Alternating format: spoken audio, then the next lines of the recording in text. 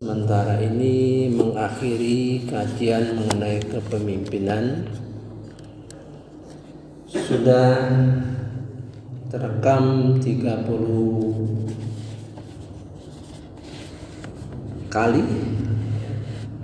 Insya Allah nanti kita lanjutkan lagi, karena pada dasarnya Al-Quran membentangkan bagaimana pemimpin itu ditakdirkan oleh Allah, apakah dia sebagai khalifah, apakah sebagai imam,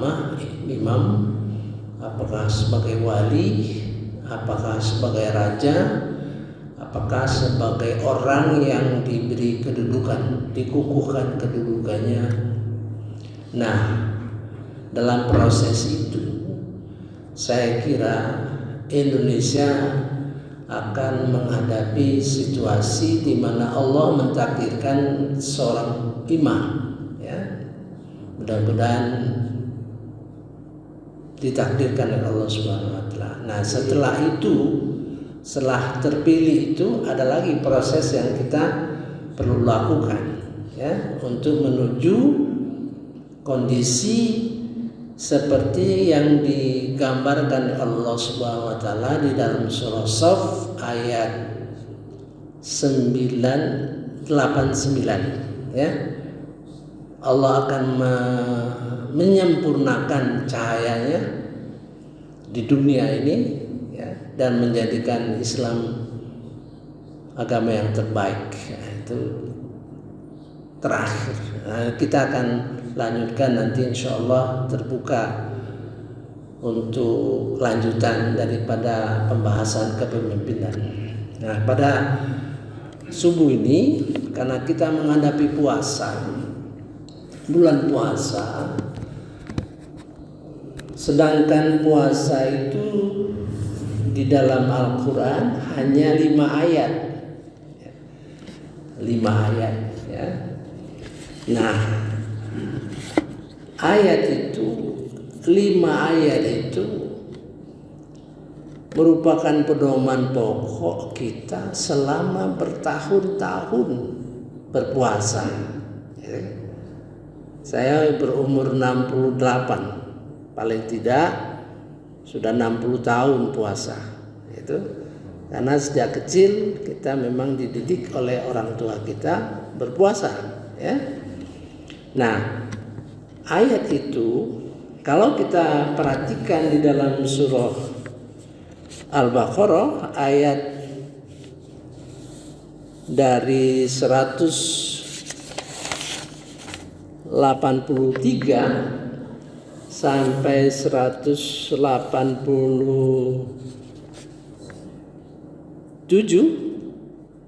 ini kalau memperhatikan kata-kata itu menunjukkan peningkatan, ya, peningkatan yang diharapkan kita pada proses puasa tahun pertama, puasa tahun kedua, ketiga, keempat. Prosesnya itu akan meningkat. Kalau kita perhatikan ayat 5 ayat itu, ya, 5 ayat itu tidak terpikir bahwa menggiring, ya, ayat tersebut menggiring kita ke arah jiwa yang sangat kuat. Jadi kalau puasa itu lebih konsentrasi pada jiwa,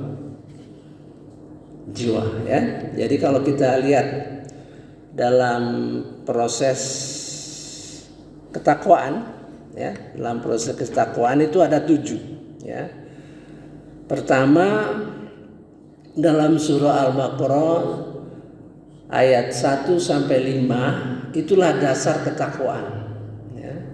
Kemudian meningkat dasar ketakwaan dalam surah Al-Baqarah ayat 177, ya, mengenai rincian daripada ilmu yang kita harus miliki, ya, ilmu yang harus kita miliki.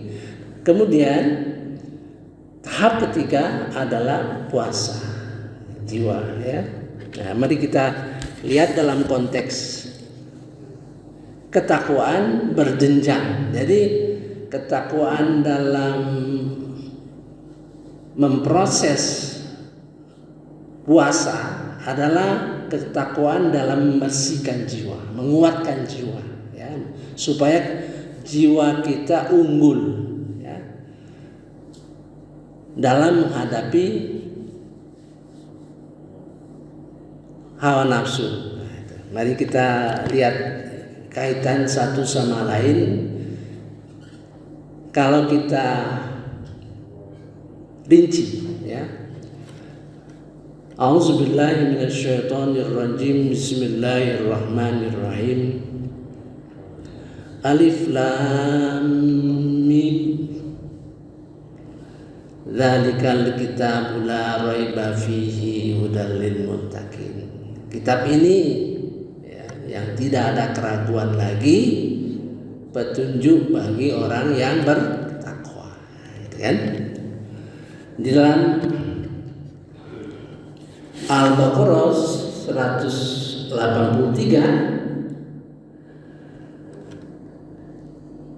ya ayyuhalladzina amanu, hai orang-orang beriman, kutiba alaikumusiyam, kamu diwajibkan berpuasa seperti kama kutiba alal ladzina min qablikum, seperti orang-orang sebelum kamu. Nah, ini pembicaranya langsung, ini kum. Kalau kum itu artinya dialah Allah tuh langsung bicara kepada kita, ya. La'allakum tattaqun, agar kamu bertakwa. Jadi, nah, kalau Al-Quran secara keseluruhan diberitahu kepada kita, ya, la raiba fihi hudal lil muttaqin, tidak ada keraguan lagi, petunjuk bagi orang yang takwa. Ini keseluruhan ayat-ayat Al-Quran. Nah, siapa itu orang yang takwa? Alladzina yu'minuna bil ghaib, percaya kepada yang gaib. Yang paling gaib adalah Allah Subhanahu wa taala, ya. Yang paling gaib. Kemudian wa yuqimunas shalah, mengerjakan salat, wa mimma razaqnahum yunfiqun, memberikan sebagian hartanya, menginfakkan sebagian hartanya, sebagian kemampuannya, sebagian kelebihannya. Jadi 3: salat, infak, kemudian walladzina yu'minuna bima unzila ilaika, dan percaya kepada yang diturunkan kepadamu Muhammad, artinya Al-Quran. Jadi 3. Jadi di situ dibangun dasar keyakinan pada 3 yang merupakan aktivitas, ya, yaitu sholat, infak, dan percaya kepada Al-Quran, artinya membaca Quran, ya. Nah, kemudian khusus Al-Baqarah 183 mengenai puasa, ya. Jadi menggambarkan siapa orang yang bertakwa itu adalah yang percaya kepada Allah, melaksanakan sholat, infak, dan beriman kepada Al-Quran. Kemudian walladzina yu'minuna bima unzila ilaika wa ma unzila min qabl, percaya kepada kitab-kitab yang lainnya yang sebelumnya diturunkan, yaitu Injil dan Taurat. Ya, kita percaya apa yang kita percaya di dalam kitab Injil dan Taurat, apa yang diceritakan di dalam Quran, ya. Tidak apa yang kita terima dari informasi mengenai Injil dan Taurat dari orang yang bukan Quran. Karena Quran itu merupakan cara Allah mengoreksi,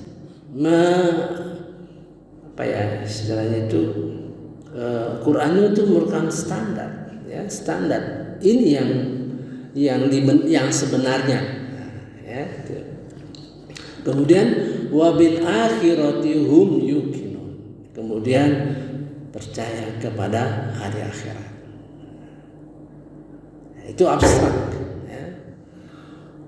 Ulaika ala hudam mir rabbihim, mereka itulah yang selalu selama hidup mereka akan diberi petunjuk oleh Tuhan kalian.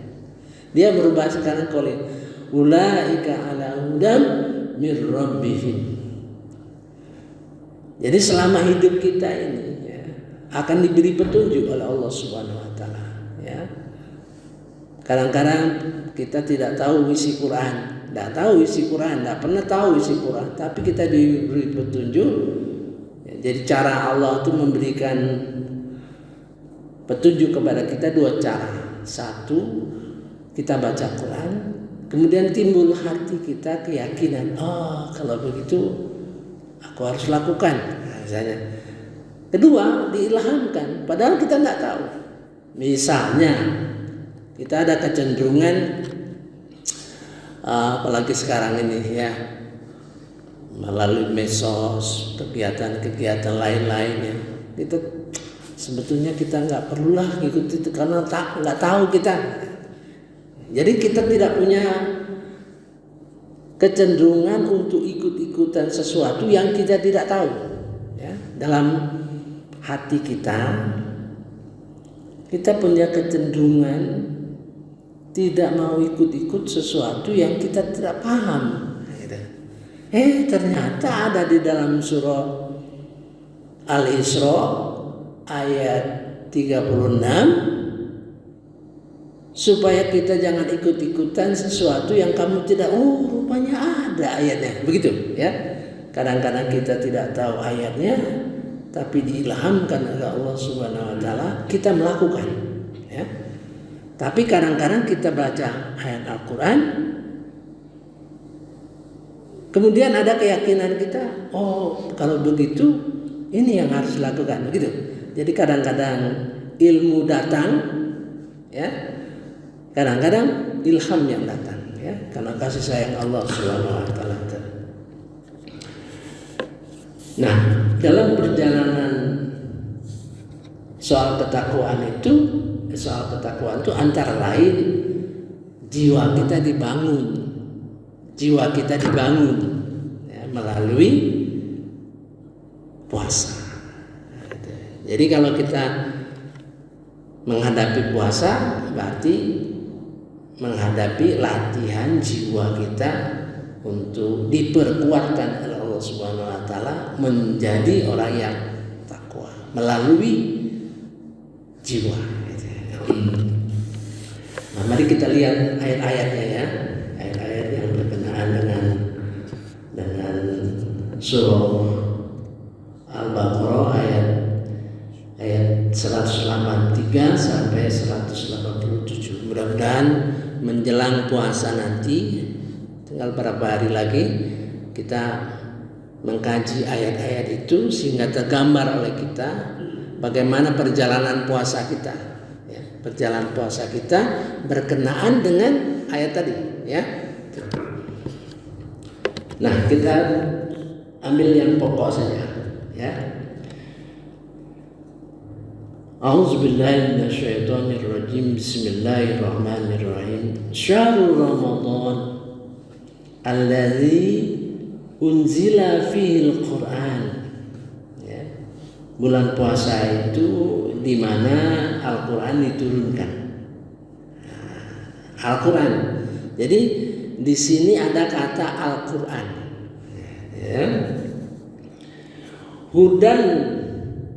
Hudan linnas, petunjuk bagi manusia. Nah, artinya Quran itu bukan monopoli kita saja. Jadi kata Al-Quran itu, ya, kata Al-Quran itu ada sekitar 10 persamaan Nah, ini ada kata hadi, huda. Huda ini juga Al-Qur'an. Ya.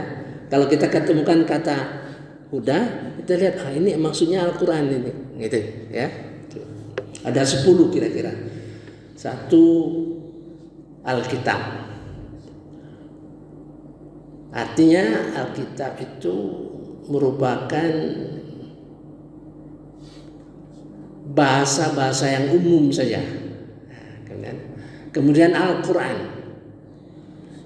Al-Quran itu berkenaan dengan bacaan. Kemudian Al-Hadi. Quran juga. Berarti Al-Quran sebagai petunjuk. Kemudian Al-Furqan, yaitu yang membedakan antara yang hak dan yang batil. Jadi kalau kita ketemu itu, otak kita terklik nih, ini masalah hak dan batil, adalah hak yang batil. Nah, gitu. Kemudian An-Nur, An-Nur di dalam hati kita, ini merupakan petunjuk mengarah kepada nur, suatu nur. Jadi nur itu punya pengertian seperti ini, ya. Seperti pamalan ini berada di mimbar, Bapak Ibu duduk di bawah, ya. Kalau gelap nggak kelihatan, tapi kita yakin itu ada, ya. Bapak-bapak ada duduk dan saya pun ada di mimbar. Tapi kan gelap, tidak kelihatan. Itulah an-nur, ya. Jadi sesuatu yang kalau orang belum mendapat petunjuk nggak kelihatan. Tapi kalau sudah ada nur, sesuatu yang tidak kelihatan tadinya menjadi jelas. Makanya Al-Quran itu saya temukan, ya, artinya bisa saja orang berselisih pendapat dengan saya bahwa Al-Quran itu ada 4 prosesnya. Pertama, Qur'anan, artinya Quran yang dibaca, ya, berdasarkan ilmu tajwid, ya, mengikuti huruf-hurufnya, segala macam yang berkenaan dengan tajwid, Qur'anan. Kemudian disebut tilawatan. Kalau kita baca Quran, misalnya Dzalikal kitabu la raiba fihi hudal lil muttaqin. Inilah Quran, kitab yang tidak ada keraguannya lagi, petunjuk bagi orang yang bertakwa. Itu kita mengerti, oh artinya Quran ini petunjuk bagi orang yang takwa. Sampai di situ, itu namanya tilawatan. Ya, tilawatan. Kalau berkembang, kita paham itu petunjuk. Oh, artinya seluruh ayat-ayat Al-Quran ini di dalam kitab ini merupakan petunjuk bagi orang yang bertakwa. Itu nur, terlihat oleh kita, ya. Nanti di dalam prosesnya kita bergerak, kegiatan kita itu memahami, ya.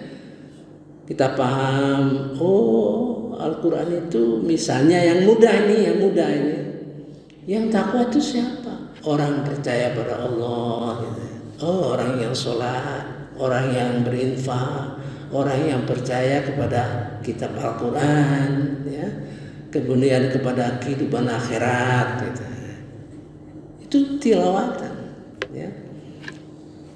Kalau bergerak, ya, menuju yang tadinya tidak terlihat, dalam membaca Al-Quran itu tidak terlihat, hanya sekadar ini kitab yang merupakan petunjuk bagi orang yang takwa.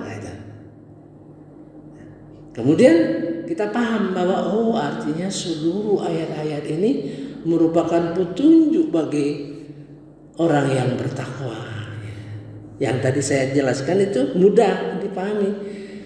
Tahu-tahu kita ketemu ayat misalnya, ya, kayaknya berat nih. Misalnya kayaknya gimana ya? Allah menceritakan di dalam surah Toha, ya. Ini Allah menceritakan dalam surah Toha. Dan sungguh telah kami pesankan kepada Adam dahulu, tetapi dia lupa dan kami tidak melihat, tidak didapati kemauan yang kuat pada jiwanya, kuat padanya. Nabi Adam diceritakan oleh Allah, dia pelupa, dan kemudian tidak ada kemauan kuat. Terus kita pahami, oh kalau begitu, apalagi kita, Adam lagi pelupa, apalagi kita, tidak ada kemauan kuat. Itu keliru jadinya pemahaman terhadap ayat ini. Nah nanti kita lihat ayat sebelumnya. Ada perintah kepada Nabi Muhammad SAW supaya minta permohonan nambah ilmu. Nah, ya. Wa qur rabbi zidni ilma. Katakan Nabi Muhammad, ya Tuhanku, tambahkan aku ilmu. Oh, artinya kita harus minta ilmu, ya. Nah, oleh Nabi Muhammad SAW ditambah Rabbi zidni ilma warzuqni fahma. Oh, artinya kita harus mohon pada Allah supaya ditambah ilmu. Ya. Kalau bertambah ilmu, terus menerus kita belajar, tentu tidak akan jadi orang lupa, ya kan?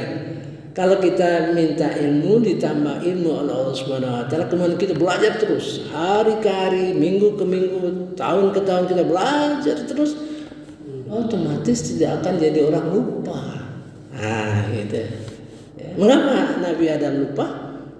Ya kita tidak tahu, wallahu alam. Tapi dengan perintah kepada Nabi Muhammad untuk berdoa menambah ilmu, maka itu merupakan jawaban.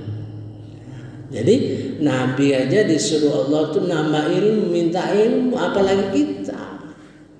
Ya, apalagi kita. Nah, kalau ilmu bertambah, maka ilmu akan membuat suatu struktur dalam pikiran kita, dalam jiwa kita, sehingga akan membangkitkan suatu kemauan kuat.